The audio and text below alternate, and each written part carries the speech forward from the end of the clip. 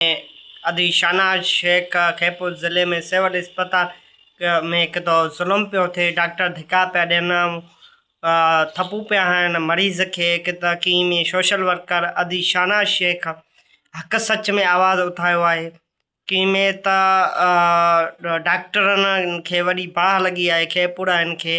उन्हनि हड़ताल ऐं जलूस इhtजाज करे रहिया आहिनि, सरा पिया ऐं उहे अदी शाहनाज ते हिकु इल्ज़ाम लॻाए रहिया आहिनि त हुन पिस्टोल खणी आई हुई, पंहिंजे वाठनि सां असांखे धमकाए करे असांखे हिरासमेंट कयई। ऐं इन ॻाल्हि ते मां लदे अमल थो ॾियां त इन फ़ैसिले में अदी शाहनाज शेख सां मां हरमेश गॾु आहियां। अदी शाहनाज शेख सां हरमेश मां हुन सां गॾु में बीठो आहियां, हथ हथ मिलाइण सां।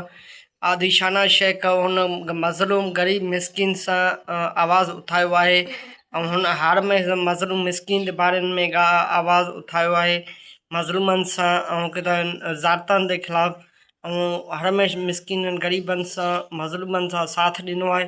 मां हिंदी सख़्ते सां मज़ामत पियो कयां सिंध हुकूमत खां अहिड़े डॉक्टरनि जा रवैये जे ख़िलाफ़, अहिड़े डॉक्टरनि जेके बदतमीज़ ॻाल्हाइण वारा डॉक्टर किथे के ॻाल्हाईंदो तमीज़ जी टके न आहे, हुननि जे ख़िलाफ़ कानूनी कार्रवाई कई वञे। ऐं मां सख़्तु मज़ामत थो कयां त आजी सिंध जावेद आलम ओढा ऐं त वज़ीर आला सिंध वॾा वज़ीर सैयद मुराद अली शाह खे मां इहो अर्ज़ु थो कयां इन बाबति नोटिस वरितो।